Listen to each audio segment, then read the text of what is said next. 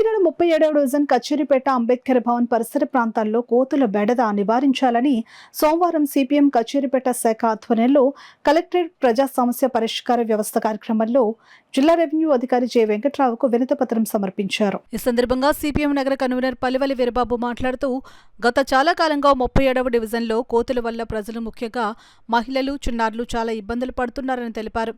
సామాన్య కుటుంబాల వారు వండుకున్న ఆహార పదార్థాలు కోతులు తీసుకుని పోతున్నాయని తెలిపారు. ఈ కార్యక్రమంలో సిపిఎం కచ్చేరిపేట శాఖ కార్యదర్శి కె నాగజ్యోతి, సభ్యులు భూలక్ష్మి, గౌరీ తదితరులు పాల్గొన్నారు. పాత బస్ స్టాండ్ ఏటివార కాలువ దగ్గర ఉంటాము. అయితే మాకు కోతుల బెడద చాలా ఎక్కువ ఉంది.